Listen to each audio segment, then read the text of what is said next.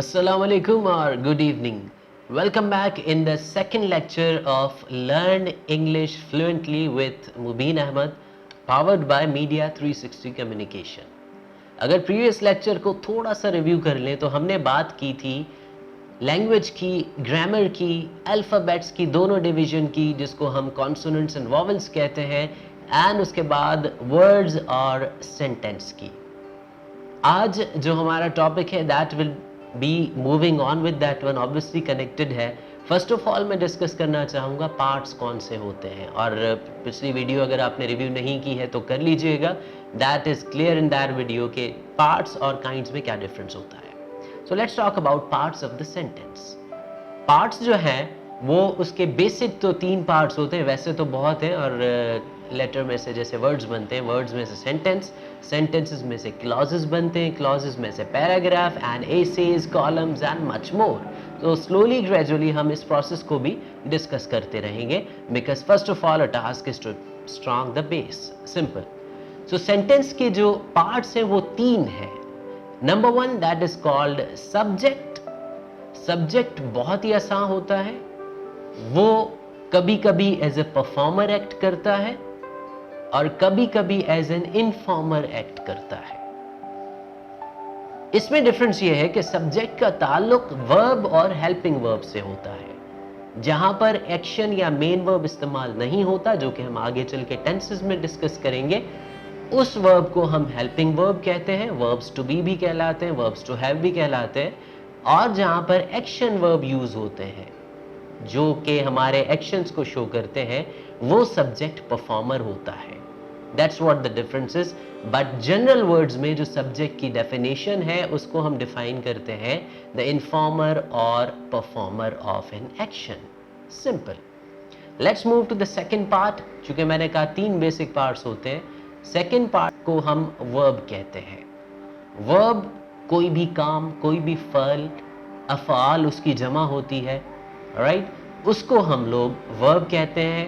अगर वो सिर्फ ये बताए कि सब्जेक्ट कौन है, कहां पर है, या वो क्या है, then helping verb will be used. Sometimes हम इज एम आर यूज करते हैं, वॉज वर यूज करते हैं, shall be, will be use होता है. अगेन रिपीटिंग, जब हम वर्ब्स टू बी पे आएंगे तो वो उसको हम डिफाइन करेंगे in a very clear and simple way. Right now we have to discuss the parts of sentence. First part subject, second part is verb, and third part we call it the object, जिस पर subject के action का या information का असर होता हो. In English the definition of object is it is bearer of work, जिस पर जो मुअस्सर हो सब्जेक्ट के असर से. That's very simple definition of subject, verb and object. ये 3 जब हम स्ट्रक्चर में ऐड करते हैं तो हमारा एक प्रॉपर सेंटेंस बन जाता है. That gives the sense and meaning, right. Next on जो हमने दूसरी बात कही थी, that was kinds of sentence. The sentence is very much variant, और रोज़मर्रा की ज़िंदगी में हम लोग उसको बड़े मुख्तलिफ अंदाज़ों के साथ इस्तेमाल करते हैं, और वो बहुत आसान होते हैं. जैसा मैंने फर्स्ट प्रोमो में ही आपको बता दिया था कि we will learn English through our on regional language. तो उसके एग्जाम्पल्स जब हम यहाँ पर ऑन द टेबल कहते हैं ना पुट करना, तो वो बहुत ईजी रहेगा. So let's talk about the kinds और टाइप्स ऑफ सेंटेंस. पहली टाइप बहुत ही आसान होती है, जिसको हम पॉजिटिव सेंटेंस कहते हैं, सिंपल सेंटेंस कहते हैं, and the third name goes as affirmative sentences. ये वो जुमले होते हैं जिसमें हम नफी नहीं करते, जिसमें हम इनकार नहीं करते, जिसमें हम कोई चीज़ एक्सेप्ट करते हैं. फॉर एग्जाम्पल, इफ आई से आई एम अ टीचर, इसमें सिंप्लिसिटी और पॉजिटिविटी है. दैट इज वाई ये अफर्मेटिव सेंटेंस है. इनके स्ट्रक्चर्स कैसे बनते हैं लेटर ऑन हम जरूर डिस्कस करेंगे. सेकंड जो बात होती है, ये अफर्मेटिव सेंटेंसेस कोई भी इंफॉर्मेशन देने के लिए हम डेली लाइफ में यूज करते हैं. Second type is called the negative sentences. ये वो जुमले होते हैं जिनमें हम इनकार करते हैं. फॉर एग्जाम्पल, कोई मुझे कोई काम कह रहा है, या कोई मुझसे पूछ रहा है कि आर यू एन एक्टर, मैं कहूँगा no I am not, I am a teacher. जहां पर हम इनकार करते हैं उन सेंटेंसेस को हम लोग नेगेटिव सेंटेंस कहते हैं. And the third, very simple and easy, interrogative जो हम सवालात पूछते हैं, कोई भी बात पूछें, किसी से भी पूछें, दैट इज़ रिलेवेंट, उसको हम इंट्रोगेटिव कहते हैं। ये कैसे बनते हैं, सब्जेक्ट में कौन सा पार्ट ऑफ स्पीच यूज़ होता है, जो वर्ब की टाइप है, ऑब्वियसली वो तो वर्ब ही है, ऑब्जेक्ट में कौन से पार्ट्स ऑफ स्पीच यूज़ होते हैं, further on in further videos हम लोग उनको भी डेफिनेटली डिस्कस करेंगे। Just be patient, wait and watch, simple सी बात है। Let's move back. मैं इस बात पे डिस्कस कर रहा था कि हमारा जो सेंटेंस है उसकी types, and right after that हम लोग बात कर रहे थे टाइप्स ऑफ सेंटेंस एग्जैक्टली।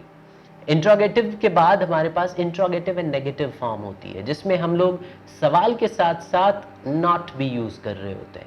उसकी दो वजूहात हैं इस्तेमाल करने की। नंबर वन, हम कोई चीज़ जब कंफर्म कर रहे होते हैं, to confirm something. For example, अगर हम किसी गैदरिंग में जा रहे हैं तो कोई फैमिली मेम्बर नहीं आ रहा, तो हम उनसे इस तरह से पूछते हैं कि क्या आप हमारे साथ नहीं आ रहे, क्या भी आ गया एंड नहीं भी आ गया, and we are confirming of his action. That is why this is called interrogative and negative.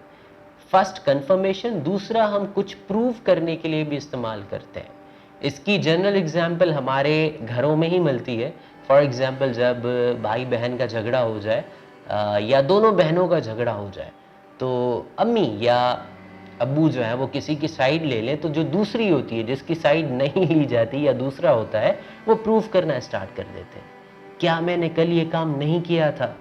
अगर भाई होगा तो कहेगा क्या मैं कल दही नहीं लेके आया था? These are the examples, interrogative negative for confirmation and to prove something. ये दो होती हैं इनकी types. Fifth type, that is used in daily life, जिसको हम imperative sentences कहते हैं, and that's very simple and easy. In sentences में हम लोग ऑर्डर करते हैं, यानी हुक्म देते हैं, कमांड करते हैं। इन sentences में हम लोग रिक्वेस्ट करते हैं, और सलाह या मशवरा यानी सजेशन, ये भी imperative sentences में इंक्लूड होता है। अगर आप उनको गौर से देखेंगे, समझेंगे और डेफिनेशंस पे गौर करेंगे, तो आपको बआसानी आइडिया हो जाएगा कि डेली लाइफ में इनका कितना यूजेज है और ये कितने ईजी है। The sixth and basic last type, that is exclamatory. Exclamatory वो सेंटेंस होते हैं जिनमें फीलिंग्स और इमोशंस ऐड होते हैं। इनका गहरा ताल्लुक ऑब्वियसली इंटरजेक्शंस के साथ ही होता है। We will also go through that one. For example, हमें कोई फतह मिल रही है, कभी शिकस्त मिल गई। फॉर एग्जाम्पल, कोई बुरी खबर सुन ली, कोई अच्छी खबर सुन ली, इनको हम लोग एक्सक्लेमेटरी सेंटेंसेस कहते हैं। For today, these were the types and parts of sentences. अगली वीडियो में फिर मुलाकात करते हैं, साथ रहिएगा, बहुत शुक्रिया।